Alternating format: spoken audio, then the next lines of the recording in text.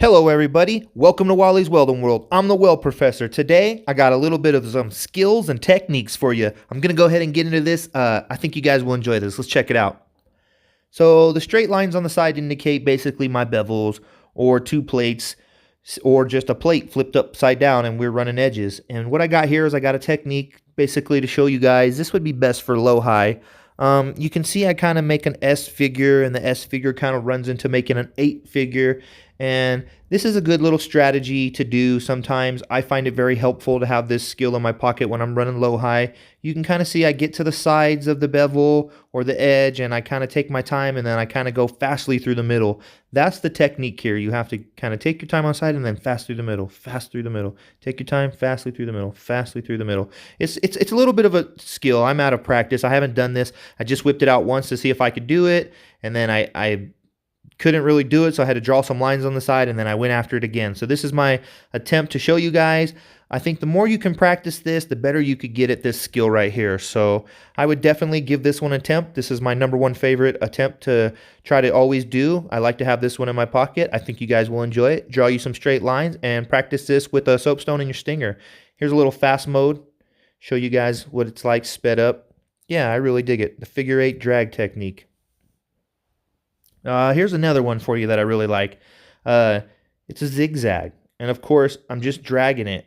So you can kind of see right here, you can kind of get in trouble if you don't hold it all the way to your side. Some people don't go all the way to the side. They keep it inside the bevel. I like to touch the bevels and then sometimes go outside of the bevel, maybe just a little bit.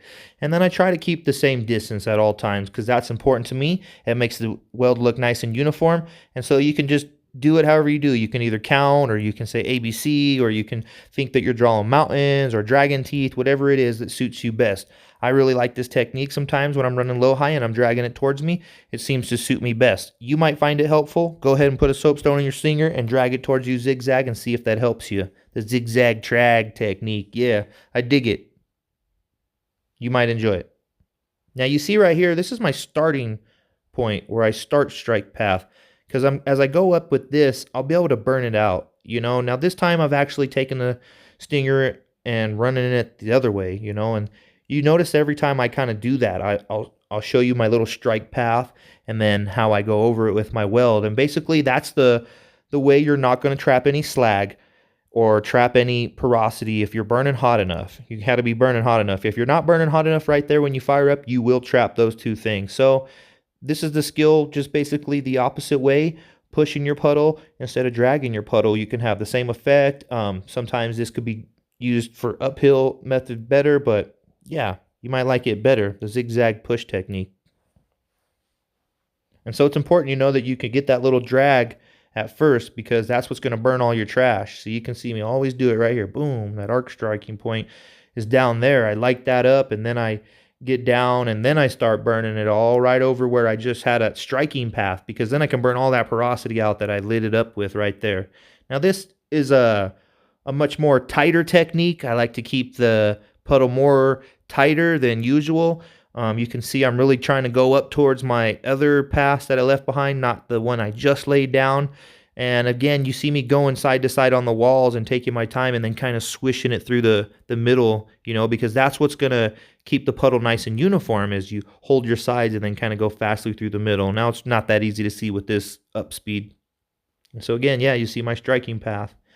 Now this technique right here is basically not going to have your puddles so tight. It's going to be more of a wider puddle and you're going to be more of a stacking like, you know, dimes on the pipe at this point right here. This is what's going to give you that dime effect. People always ask me, how do you get the dime effect? Well, if you're running low-high, that right there is going to help you get the dime effect. Now, again, you have to remember to go side to side to each side of the bevel or you're not going to have a good tie-in and you're going to have what they call undercut.